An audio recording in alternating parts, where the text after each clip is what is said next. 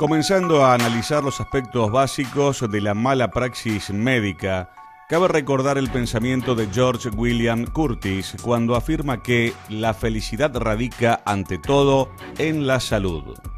Cuando se habla de mala praxis médica, se piensa en el trabajo de curar en salud, pero existen algunas ocasiones en las que ello no ocurre.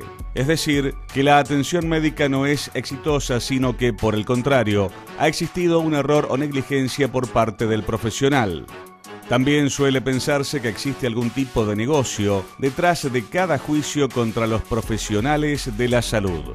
Concretamente, existen compañías de seguros que cubren todo daño médico, costeándole al paciente una suma de dinero en compensación al daño causado en su salud. Veamos seguidamente qué es la responsabilidad médica. La responsabilidad médica puede ser penal, civil o administrativa, según cuál sea el ámbito en el que se desempeñe, ya sea tanto el profesional médico como el enfermero, o de igual modo la infracción al bien jurídico denominado salud, esto es, integridad física o psíquica, o en otros términos, la vida misma del paciente. La mayoría de las negligencias o prácticas equivocadas son previsibles. Algunas son tan leves que los enfermos nunca se enteran.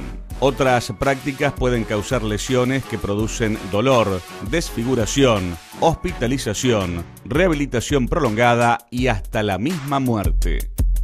Derecho a la salud en la protección constitucional. La Constitución Nacional, a partir de la reforma del año 1994, establece el derecho a la salud, artículo 41, cuando expresa que todos los habitantes gozan del derecho a un ambiente sano, equilibrado, apto para el desarrollo humano. También, en su artículo 42, indica que los consumidores y usuarios de bienes y servicios tienen derecho en la relación de consumo a la protección de su salud. Veamos ahora cuáles son los derechos de los pacientes. Tener información oportuna y comprensible de su estado de salud. Recibir un trato digno respetando su privacidad. Ser llamado por su nombre y atendido con amabilidad.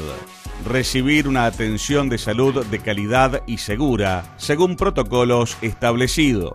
Ser informado de los costos de su atención de salud. No ser grabado ni fotografiado con fines de difusión sin su permiso. Que su información médica no se entregue a personas no relacionadas con su atención. Aceptar o rechazar cualquier tratamiento y pedir el alta voluntaria. Recibir visitas, compañía y asistencia espiritual. Consultar o reclamar respecto de la atención de salud recibida. Donde sea pertinente, poder contar con señalética y facilitadores en lengua originaria, por ejemplo, si es indígena o extranjero. Que el personal de salud porte una identificación para saber quién lo atendió. Inscribir el nacimiento de su hijo en el lugar de su residencia y que su médico le entregue un informe de la atención recibida durante su hospitalización. Ahora bien, ¿cuáles son los deberes de los pacientes? Entregar información veraz acerca de su enfermedad, identidad y dirección. Conocer y cumplir el reglamento interno y resguardar su información médica. Cuidar las instalaciones y el equipamiento del recinto. Informarse acerca de los horarios de atención y formas de pago.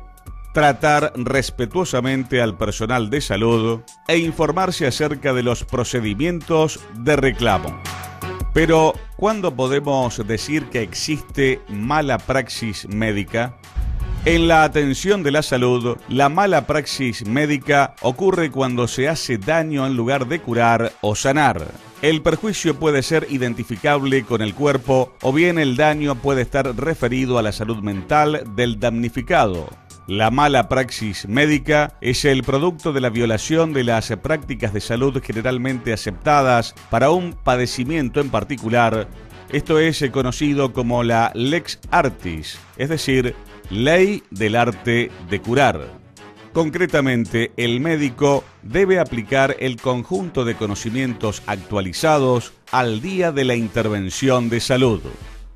Para puntualizarlo detalladamente, podemos decir que se produce mala praxis si el médico aplica procedimientos atrasados a la ciencia médica, como por ejemplo el forceps. Si el médico acude a procedimientos nuevos que no han sido aceptados por la comunidad médica mundial, como por ejemplo experimentación farmacológica. Por aplicación o ejecución de una técnica en forma inadecuada, si esto provoca un daño en el cuerpo o la salud. También, si el profesional causa daño parcial o total, temporal o permanente, por imprudencia, negligencia, impericia o inobservancia de reglamentos o deberes, apartándose de la norma legal. Finalmente, cuando ocurre un daño a la salud, el mismo debe ser reparado al paciente, ya sea que esa atención médica provenga tanto del sistema de salud privado como del público. Por eso entonces, y a modo de síntesis de todo lo señalado en este informe, bien vale recordar aquella sabia expresión de Séneca que nos dice: mejor es la salud que nunca se perdió.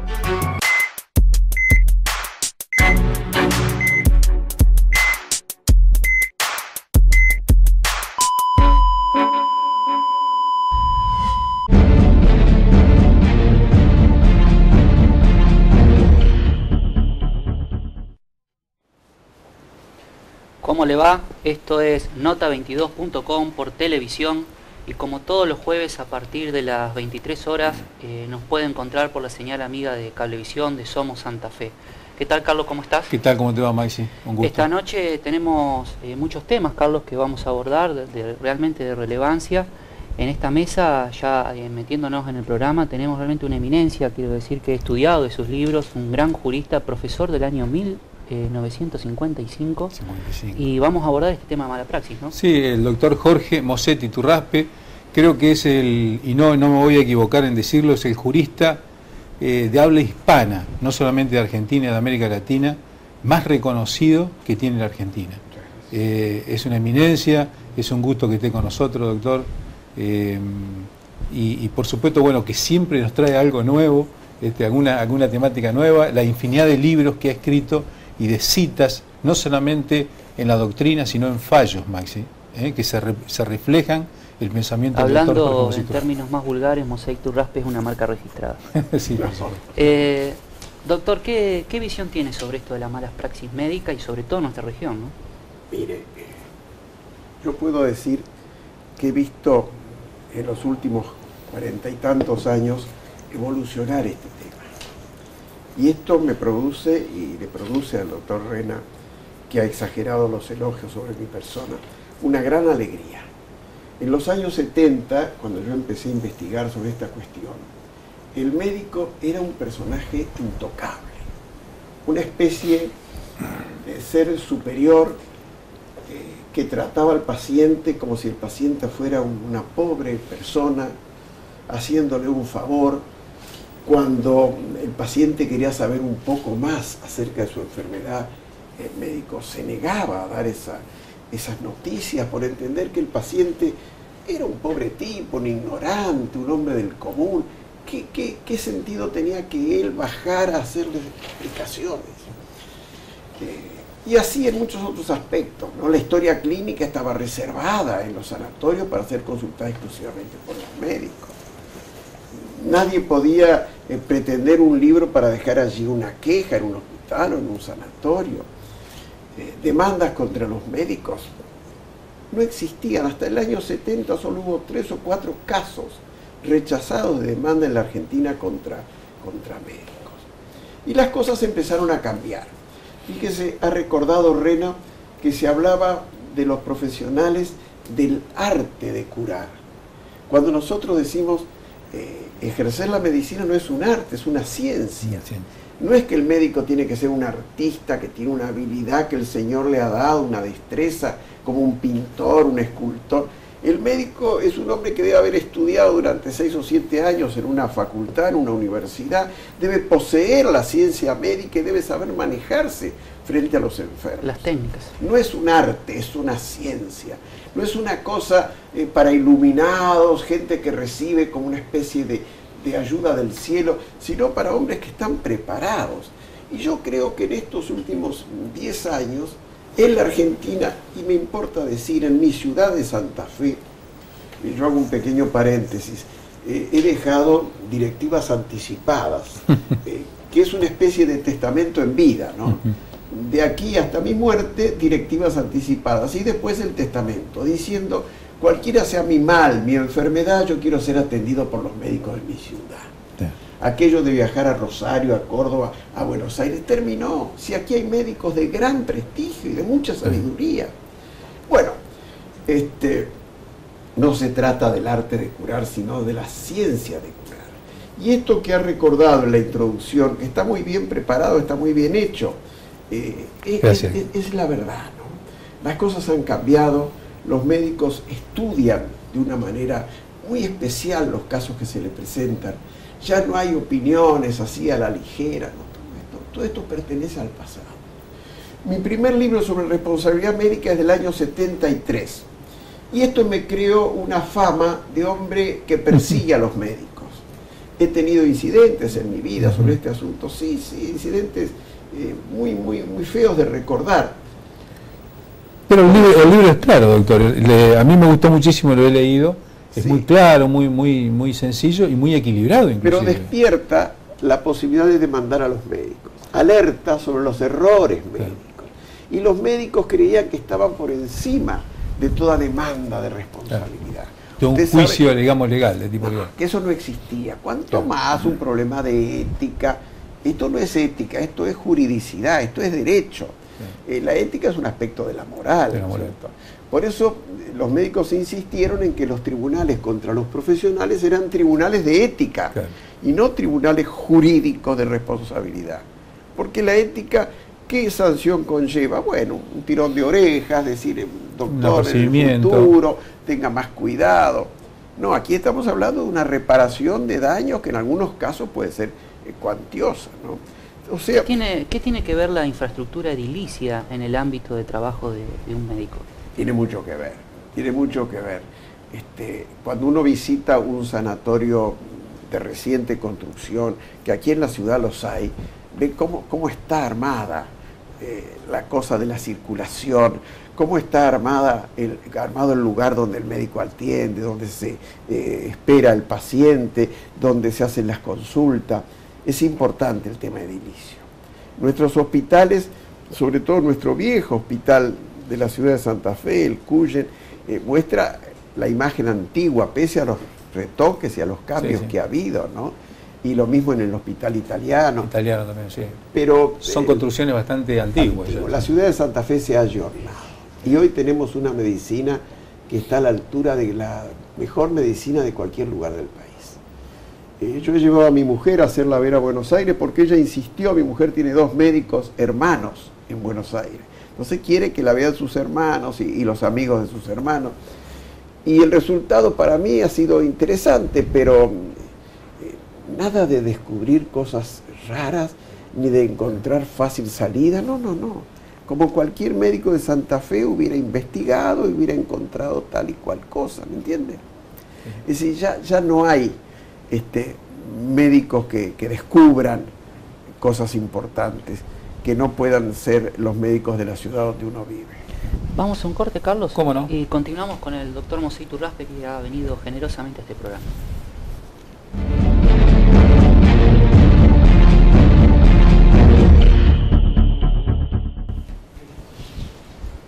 Continuamos en Nota 22 Televisión con el doctor Mosé Iturraspe, repito, uno de los juristas más importantes, según la palabra del doctor Rena, doctor en Derecho, de habla hispana y en Latinoamérica, ¿no? Exactamente, sí. Es un orgullo para Santa Fe. Y bueno, estaba mostrando la tapa de un libro, doctor, un libro nuevo. Sí, este libro fue escrito hace 2 años en colaboración con un joven abogado santafesino, por lo menos de adopción, don Miguel Piedecasas, y trata de los derechos del paciente. Pero yo quiero, aprovechando esta ocasión, señalar cómo dice la dedicatoria del libro, a quién lo dedicamos. Y dice así, dice: a los médicos, homenaje a sus vidas sacrificadas, a su permanente desvelo a su amor por la vida. Es decir, yo creo que los médicos cumplen con una profesión, con un saber que entraña muchos sacrificios, muchos sacrificios. El médico vive los sufrimientos de sus pacientes. Sus desvelos son los desvelos de los clientes, ¿sí?, de los pacientes que atienden. Y entonces la vida de los médicos no es una vida fácil ni sencilla. Les rendimos homenaje, ¿no le parece, yo doctor? pienso que sí.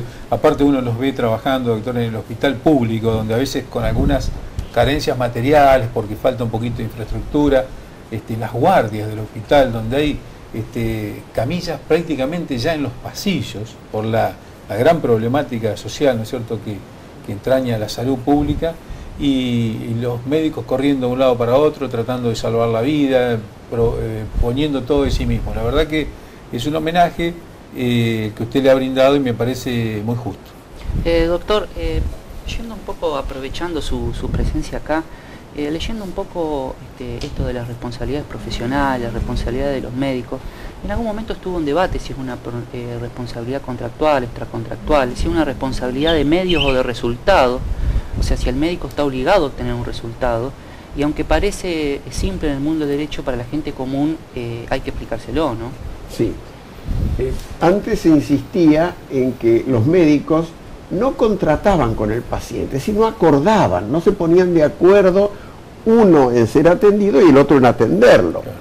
Esto hoy parece resabio del pasado, ¿no?, de una opinión primitiva, que no quiere ver las cosas en su realidad.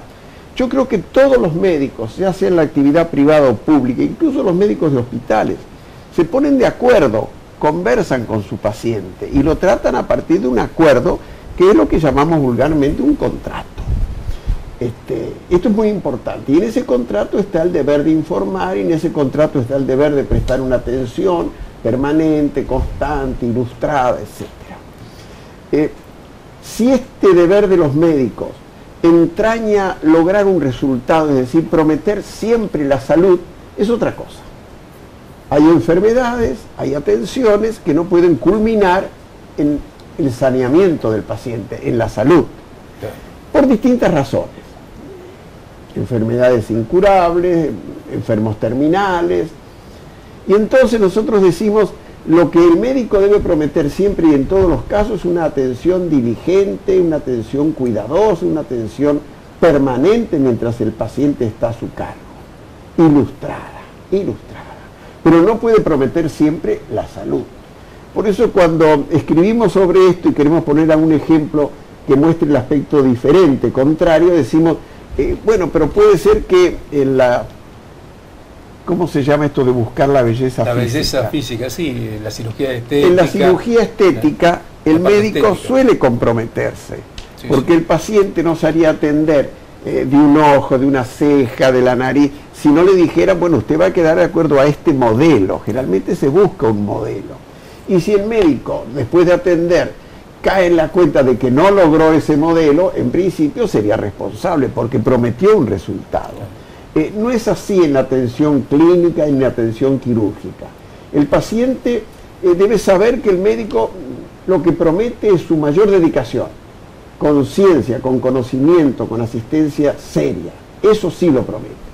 Pero llegar en todos los casos a sanar al paciente no depende solo de él, sino del estado del paciente. Qué importante lo que dijo referente a la cirugía estética. La cirugía estética, sí. Sí, la cirugía estética es un caso muy especial. Muy especial, sí. Inclusive el tema del consentimiento del paciente, porque ahí yo creo que es donde radica el problema entre qué se le dice cuál sería el riesgo, por ejemplo, los implantes de mama, las operaciones estéticas, donde uno ve permanentemente o modelos, actrices, o vedettes que tienen problemas porque o la calidad no ha sido buena o porque quizás tenía pensado que el resultado iba a ser distinto, ¿no es cierto? Sí, antes se pensaba que el médico no podía dar una información plena, completa, integral al paciente, porque el paciente era ignorante del saber médico. No le iba a entender la terminología técnica. Claro, incluso los médicos antes, cuando informaban al paciente, lo hacían con su terminología técnica, ¿no? Y entonces el paciente no entendía nada. No entendía nada, como si estuvieran rindiendo, dando una clase. Ahora yo veo que el esfuerzo de los médicos existe para traducir esa expresión técnica en expresión vulgar y que el paciente, cualquiera sea su saber, entienda lo que el médico le está diciendo. Algo que está muy de moda, Carlos, en el último tiempo es las operaciones por el cambio de sexo. Inclusive lo que tiene que ver con preguntarse hasta dónde se le puede dar importancia o el médico debe atender la voluntad, lo que decía Carlos, el consentimiento del paciente. ¿Cuál es su visión al respecto? Yo pienso que debe abrirse la posibilidad de que el paciente pueda solicitar de un médico todo tipo de intervenciones.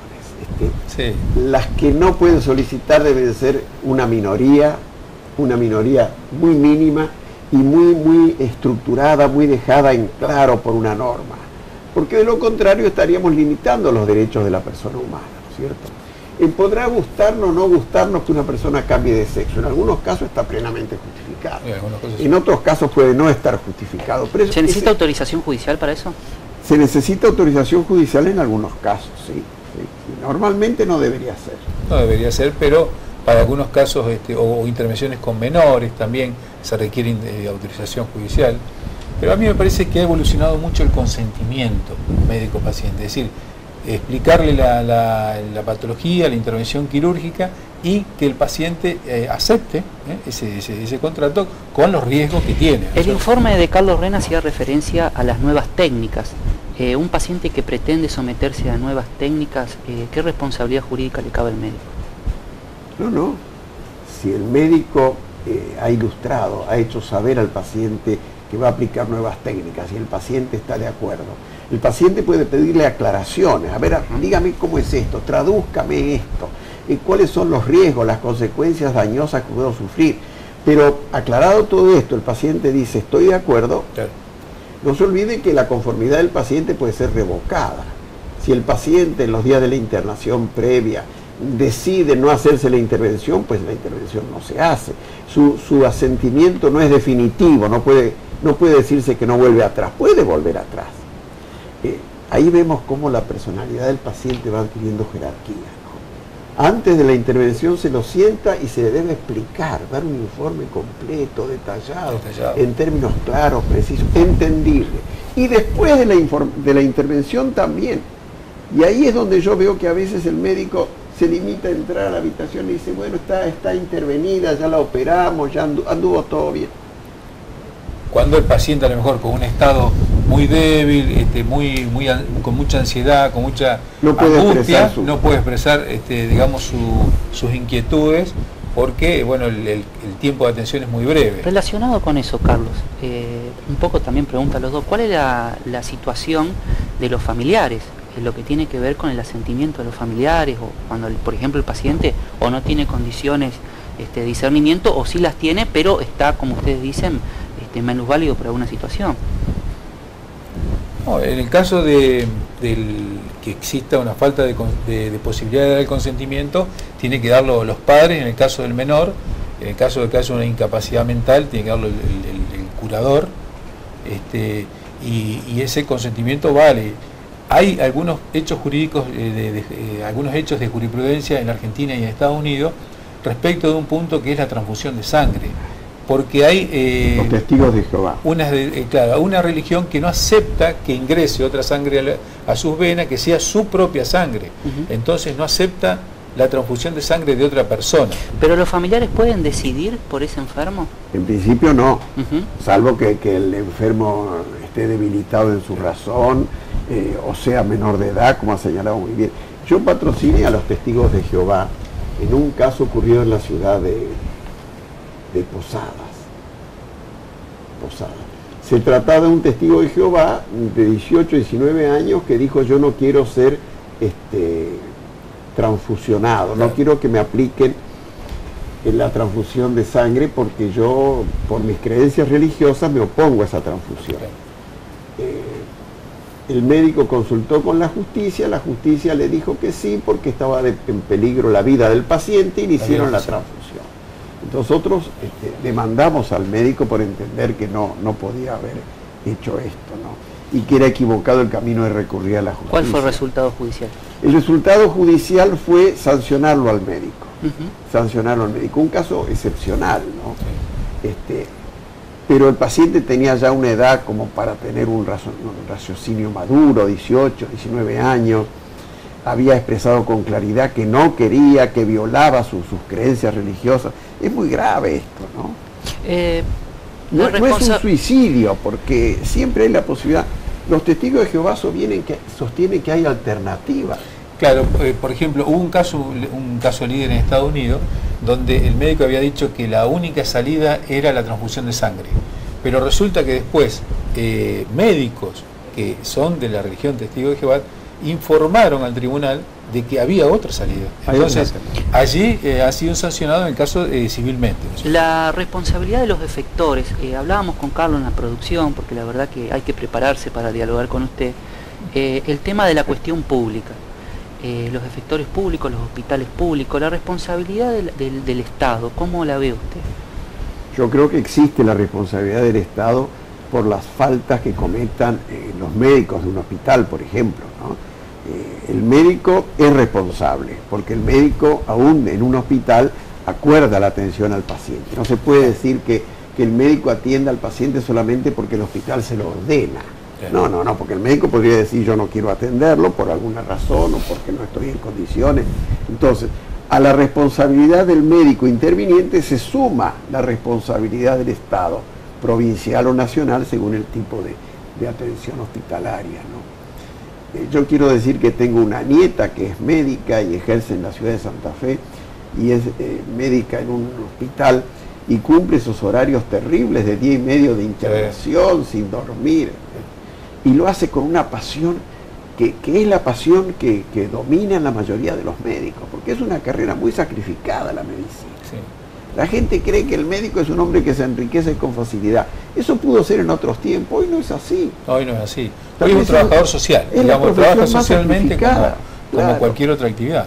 El abogado se va un fin de semana largo al campo y no pasa nada, o a la quinta. El médico se va y los pacientes tienen que estar de algún modo comunicados, conectados, para que la atención se preste igual o la preste él u otro, ¿no? Doctor Mosse Iturraspe, en verdad quiero agradecerle muchísimo. En la facultad hemos estudiado sus libros todos, creo que vos también, Carlos. Sí, por supuesto. Me acuerdo inclusive una clase, doctor, que usted dio, yo cursé obligaciones, sobre la prescripción. Me acuerdo cómo empezó la clase. Se trata del transcurso del tiempo. Empezó a hablar. Me acuerdo porque era tan perfecta su capacidad de oratoria que creo que todos los alumnos la recordaban. Sí, yo fui muy apasionado de la docencia, que ejercí más de 50 años. Ahora estoy exclusivamente en el doctorado en Derecho. Doctorado que conviene hacerlo, ¿no? Sí, por supuesto. Se dejó de hacer durante unos cuantos años, pero el año pasado tuve 12 doctorandos.